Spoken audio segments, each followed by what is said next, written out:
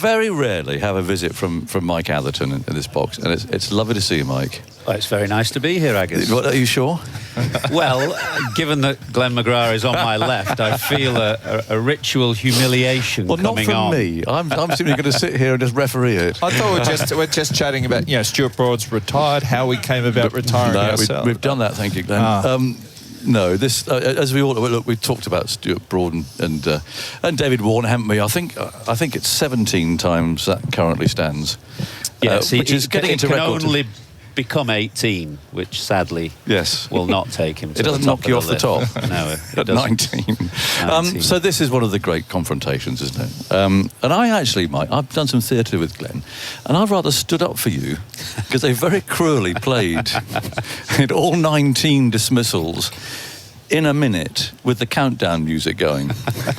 And you can it's done chronologically. Only a minute's worth. I thought you'd got about an hour's worth out of it. They crammed it in. It's a full... It's chaos. And it starts with a confident-looking youngish Mike Atherton, and it ends with slightly haggard, slightly broken. And broken is about right, actually. And you can see the progression. But I stood up for you because you're an opening batsman. You're facing a great fast bowler with a new ball. I mean, the odds are in his favour. You've got to start from nothing. I don't know whether the odds are in his favour, but I played against Australia a lot. And in fact, I was looking the other day because, my colleagues in the television box keep continually putting up the David Warner statistic, not because they don't like David Warner, but because they know I'm all over that graphic, having got out 19 times to the man on my left, but also 17 times to Courtney Walsh and Curtly Ambrose. Both of them. My only defence, and I offer this in mitigation slightly, is that I think out of 115 tests that I played, about 85 or so were against Australia, South Africa or West Indies. Oh, that is unlucky. So it was just a period of time where you played 5 test match series against some pretty good teams, and pretty good bowling attacks. So Donald Pollock, obviously McGrath, Gillespie, whoever, Walsh and Ambrose. Now, I'm not complaining about that at all. That is Test cricket, and it was fantastic, and I wouldn't change it for a minute. But the difference I was trying to talk to my colleagues about was that against Walsh and Ambrose, although they dismissed me a lot, I felt I got my share of runs and I had my share of successes, and I didn't feel that against Glen, and that's why I was pretty broken at the end of it in that final series. 2001 was my last game here. And Glen got me out for the final 19th time, and I wandered off, and I was done. I was obviously done, pretty broken. I'm interested in what you said, though, about not feeling that he starts with the upper hand, because he's got a new ball, he's fresh. The bowler can run up and he can be bang on the money from the first ball.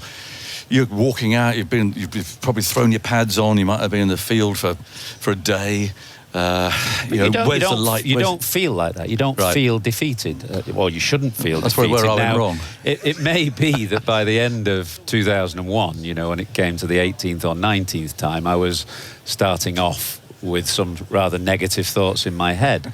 But certainly at the outset, as an experienced and pretty successful opening batter, I was confident in doing well. And in fact, the first time I played against Glen was at Brisbane in 94-5. Yeah. Didn't have a great game, did you? No, and was dropped and came back at Perth. And in that series, I think I got more than 400 runs in an Ashes series, which as an opener and captain is not a bad return. But it was a gradual decline, really, because we would play against Australia every 2 years, and because it's a 5 test match series, if you get out a few times, and it's a kind of gradual turning of the screw. Yeah. Did you feel, Glen, turn it around from what I was saying to Michael, but did you feel that you started with a bit of an advantage with a new ball and everything ready to go, and a feel of hostility, and the fast bowler inside you, and the competitive edge and everything else that you had? Well, the opening bowler's job is to dismiss the opening batsman. The opening batsman's job is to see the opening bowlers off. So it's always going to be that battle and that competition there. So early on, my first test at the Gabba against him, my first Ashes test, everyone had been saying you've got to have a consistent outswinger if you're going to be successful at test level. I wanted to be successful at test level.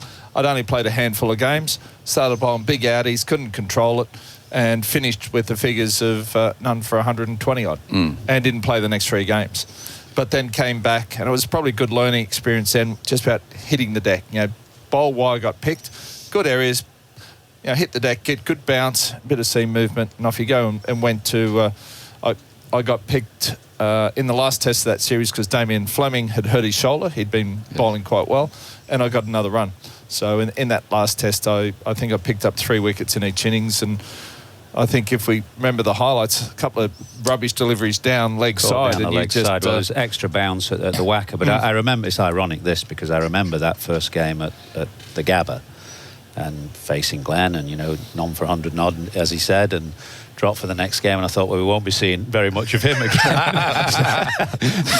And he did come back at the Wacker and was a much more challenging proposition, as he said, when he stopped trying to become an outswing bowler. He could swing the ball, but he wasn't principally a swing bowler.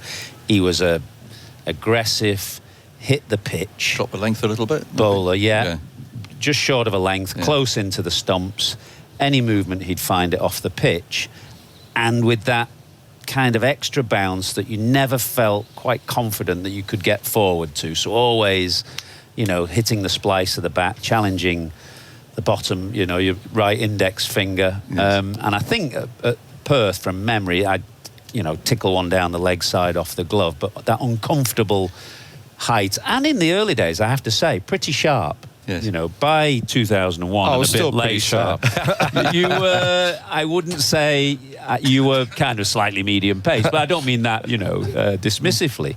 But in 95, and then when you went to the Caribbean the following winter, I would say you were, I don't know, what kind of pace would you be at? You'd be clocking 90, wouldn't you?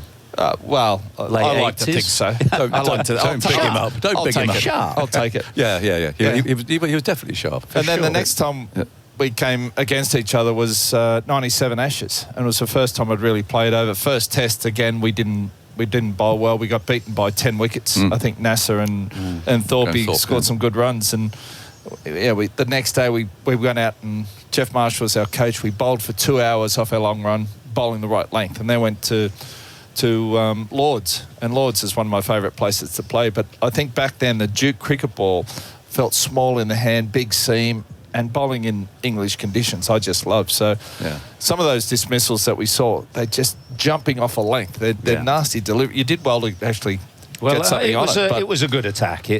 Glen, Jason Gillespie, who at that stage in 97 was sharp as well, and would kind of zip the ball off the pitch. The ball doesn't gather pace off the pitch at all, but Jason was one of those bowlers that you felt it just kind of hurried you off the pitch. Then obviously Shane won. And it was a pretty good attack. Yeah. I wonder if, going back to the Wacker game when Glen's recalled, did you suddenly think, this bloke's different? That's exactly what I felt, having been, slightly dismissive at the Gabba, thinking, well, we won't see much of him again. At the Wacker, I thought, well, this guy is a serious bowler. He's going to be around for a long time, and I'm going to be coming up against him, because that was the thing every 2 years. And after that game at the Wacker, Australia under Mark Taylor went to the Caribbean, and the West Indies were still the world champions at this stage. Great team, of course. And Australia beat them there. You had a particularly good series. How many wickets did you get in that series? I got 17, but it was the first time I took 5 wickets in an innings, and sort of felt like I contributed to the team. And I think we took on the West Indies. The game plan was to actually bounce their bowlers, which had probably never happened before. So it was a combination of those things, and it just went from there. And that was the start of Australia's period of dominance, really, for the next, until 2005. When England beat them here in that great series, they were the champion team. When did it start to gnaw away at you then? Because, and again, being fair, that minute, there were some horrible balls in there. I mean, there were some. You've got some brutes. Not particularly 97, although I can't remember how many times I got out in 97. But then we went to Australia for the 98-99 series, and again, it sounds like I'm making excuses here, which I certainly don't mean to and don't intend to. It's not a place to make excuses. But it was a series when I look back and think I should not have played physically. I had 5 cortisone injections the day before the GABA test. I don't know whether you remember, we went to Darwin for a game. Oh, that's right. And we played a 4-day game up there. And the rule that we had then in the England team was that unless you played the game before the test match, you wouldn't be available for the test match. Wouldn't last now, would it? No, I couldn't move at this stage. My back had completely locked up. But I played in this game simply because if I didn't play in that game, I couldn't play at the GABA. So I played in this game, batted at 8 or something, didn't field, and then went to hospital and had 5 cortisones in my back before that test match. And in fact got through, but I was not really at full fitness. Not mobile? But that's when it started to get on top. You know, I was getting out a lot in that series. And then, you know, as I say, it's a cumulative process then. And, you know, the slip fielders are constantly reminding you of it, as you'd expect. And it was tough, yeah. No escape. No escape. And was he having a bit of a chunter as well? We always felt that when he was chuntering, that was a very good sign for us. Generally, when he was on top, which was usually, he didn't say very much at all. He was in a kind of zone and would just get back to his mark. I mean, he never smiled or passed pleasantries, but it wasn't Merv Hughes style cricket, you know. No. But if he was chuntering, that was usually a sign that we were on top a little bit. And it was a very good sign if he started to... Yeah. Does that sound familiar, Pig? Yeah, probably. It was the batsmen were there, and it was a good way to let off a bit of sort of frustration, I guess you could say. I sort of set myself, what I want to achieve, and it was always to bowl the perfect game where every ball went exactly where I wanted it to, and if it didn't, and he scored some runs off me, then I'd get a bit frustrated, and you could have a bit of a chat to the batsman and get it out of your system, come back, and half the time I was talking to myself walking back to the top of my mark. So probably in a way it's probably true, because when I'm in, when you're bowling well and you're happy, it's just all flowing and it's fine. I probably didn't say a great deal then, so he's probably right. And the other thing is that in combination with Shane Warne, often impossible after you got over the new ball, if you got over the new ball, always start the session with Warner McGrath, and they were locked in for an hour. And even if you didn't get out, you weren't clicking along at a decent run rate. That there was constant pressure there. It was a high class team we were playing against. Yeah. It's interesting because you had say you mentioned Walsh and Ambrose, 2 quick bowlers, brilliant bowlers as well. Is it a different kind of thing having a spinner at one end and a quick bowler at the other? Well, not just any old spinner. No, the best spinner that's probably ever played the game. Yeah. And 2, although very different bowlers, obviously 1 leg spinner, 1 quick bowler, similar in mentality in that they hated giving away runs.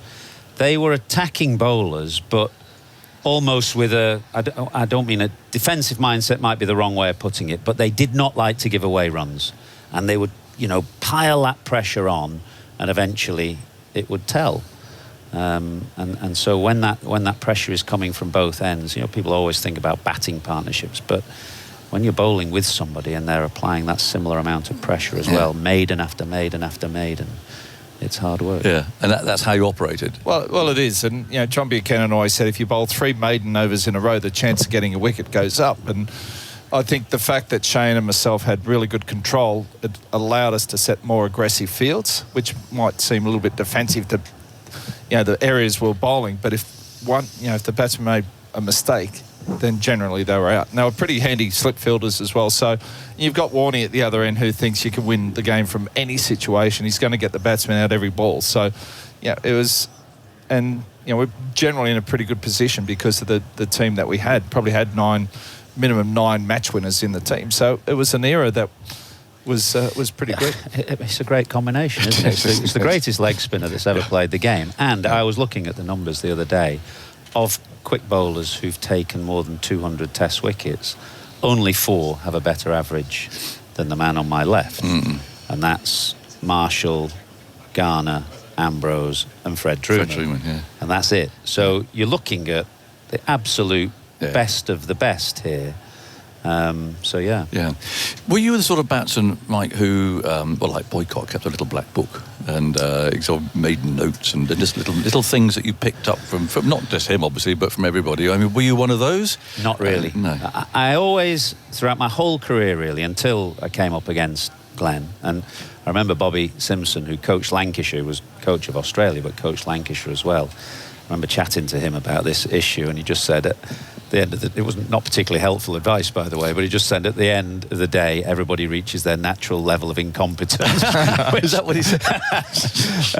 And throughout my whole career, I always was very, very confident in my defensive technique and my ability to stay at the crease. So even if it was very tough and you're in a bit of a bad trot, I always had confidence that I could stay at the crease, and in the end, the runs would come. And my problem against Glen was that didn't happen. Yeah, you know, I couldn't find a way of getting over the new ball, and obviously in the end, that's bad news. I suppose same question for you. I mean, did you have mental notes in your mind of the batsmen that you bowled at?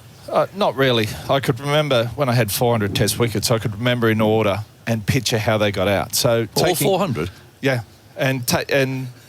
but my goal was taking wickets. Right. And whether it's opening batsman or number 11, my motivation was taking wickets. So you could literally say, I could say 167, and you know exactly who it was. And I used to, but you're getting on now. You're getting forgetful. I'm getting on now. But that seems incredible. So yeah, that's whether quite that was forensic. just my motivation, but back then that was before sort of video footage and what have you. By the end of my career, you'd sit down, you'd go through every bowler, every batsman. You could, even if you hadn't come up against them before, you could see how they played, where their strengths were, where the weakness, how they got out before, where they bowled bad balls. Yeah, these things. So there's no secrets anymore. But cricket's a psychological game. The mental side of the game is massive, and certain batsmen get it over bowlers, certain bowlers get it over batsmen. And I think sort of, after a while, it probably got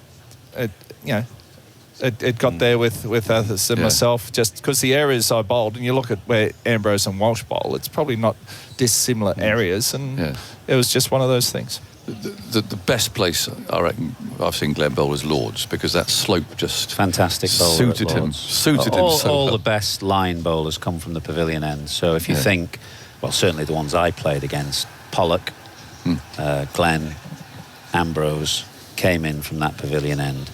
They're not swing bowlers, they're just trying to basically bowl about a fourth stump line, or, in the words of the great man, the corridor of uncertainty.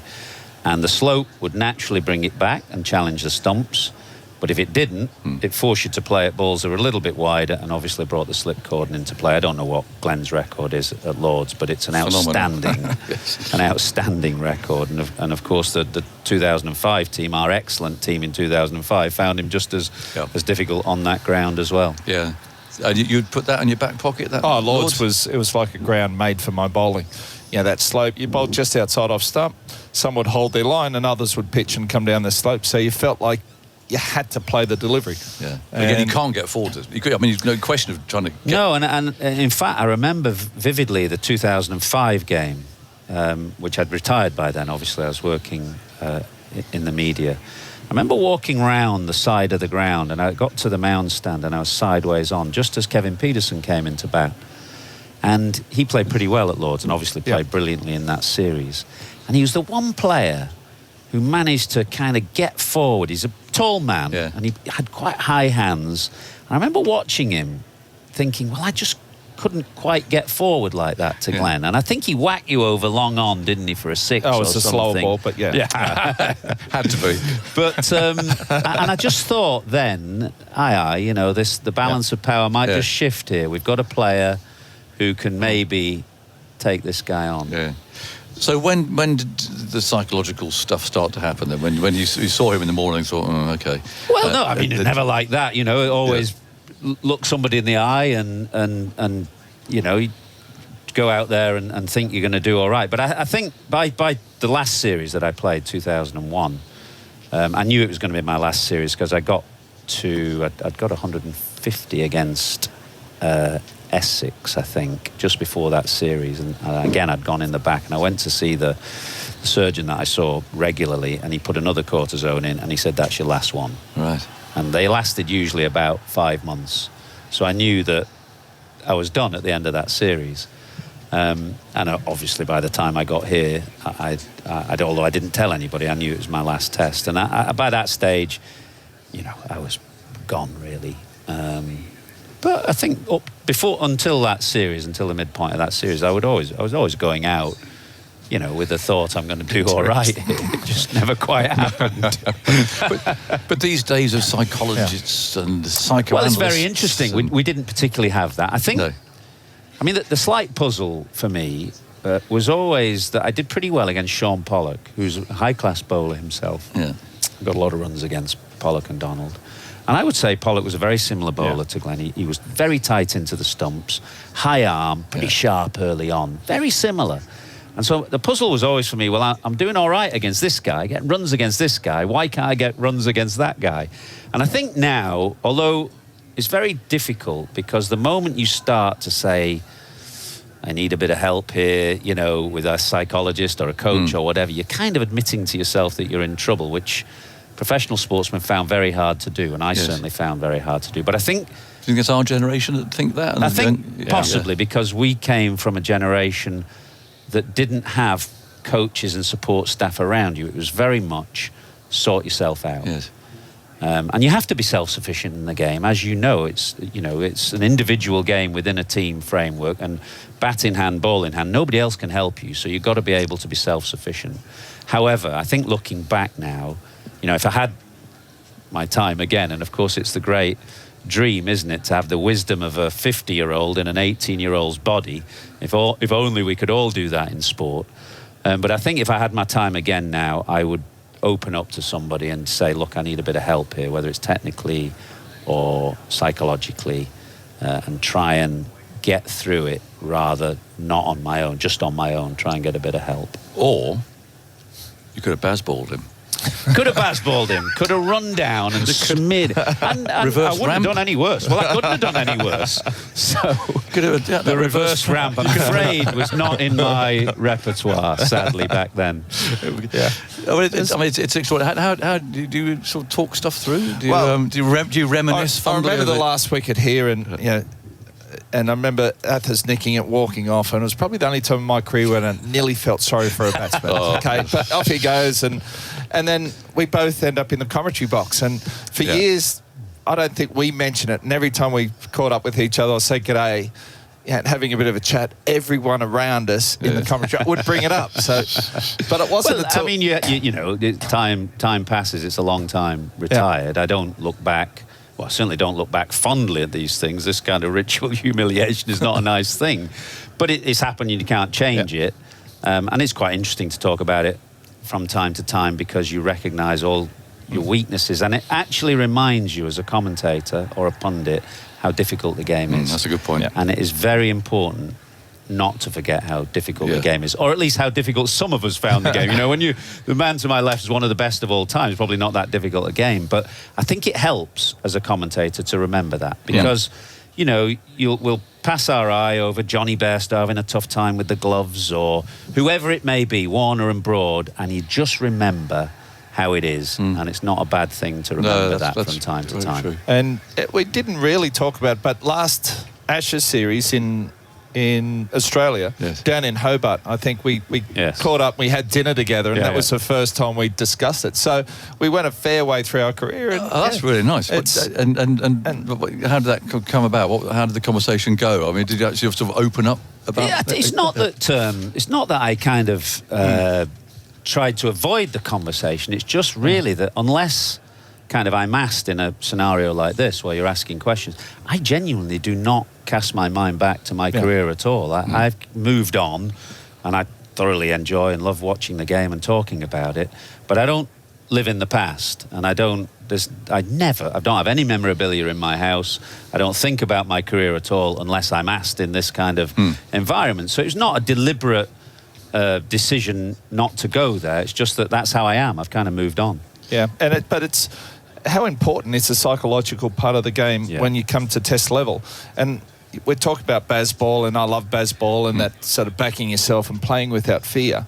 The only issue I have, it's like they're trying to take all pressure off the players at all. Like, so take off that mental edge. And that's the only thing I don't agree with when it comes to baseball, because you need your players to be mentally strong and to win the psychological battles. If you're trying to dismiss the psychological part of the game,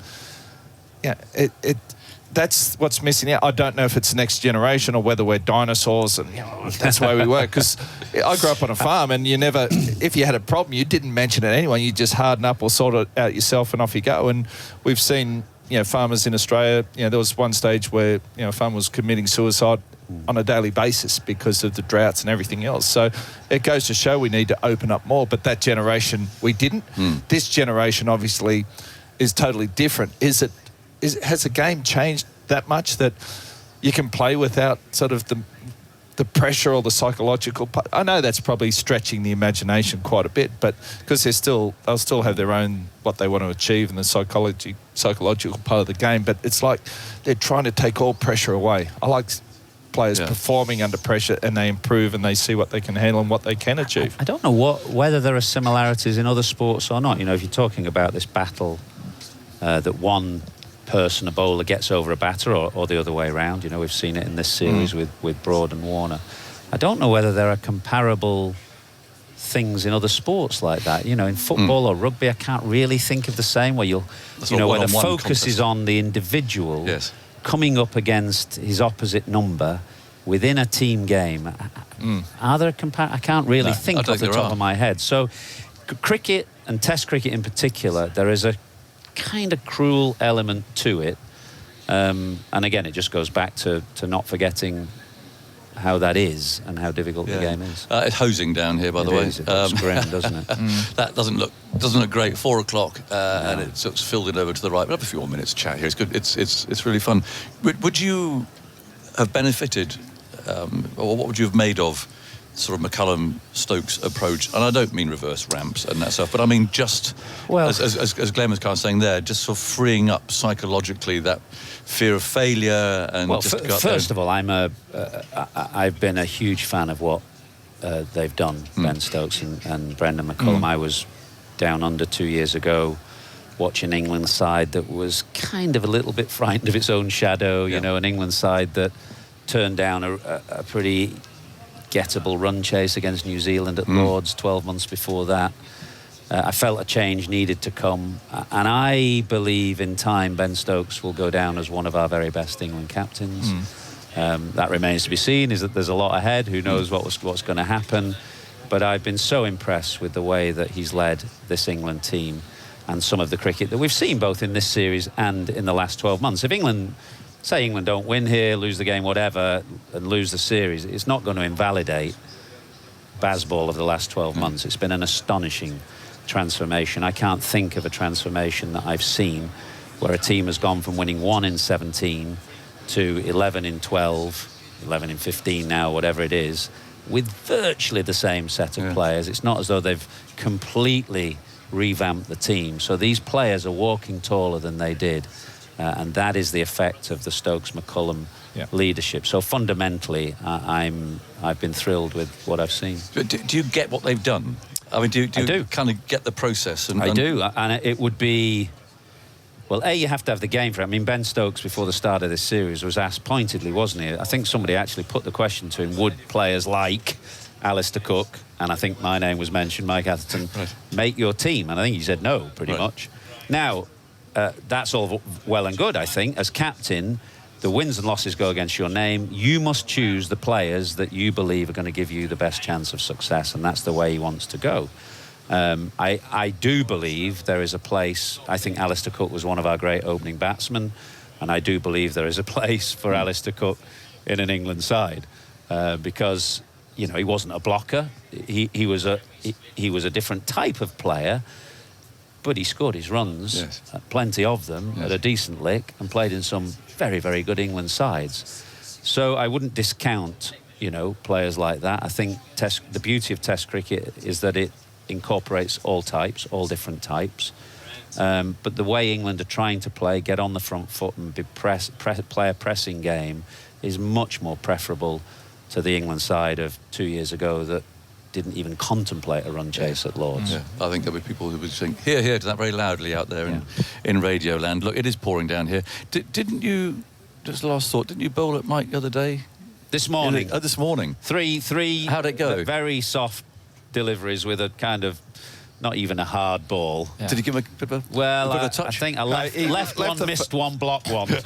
So it's improving. I'm improving. Well done, Mike. No, I think it was you left one and then you intentionally missed one and then you blocked one. Oh, and he baseballed too. He came down the deck and I would expect nothing else in this. What sort of? It wasn't. I have to what sort of pace? reiterate before I go. I'm going to leave it in a minute. But the guy on my left was a truly great cricketer. He was a fantastic cricketer. It's very hard when you're on the end of it.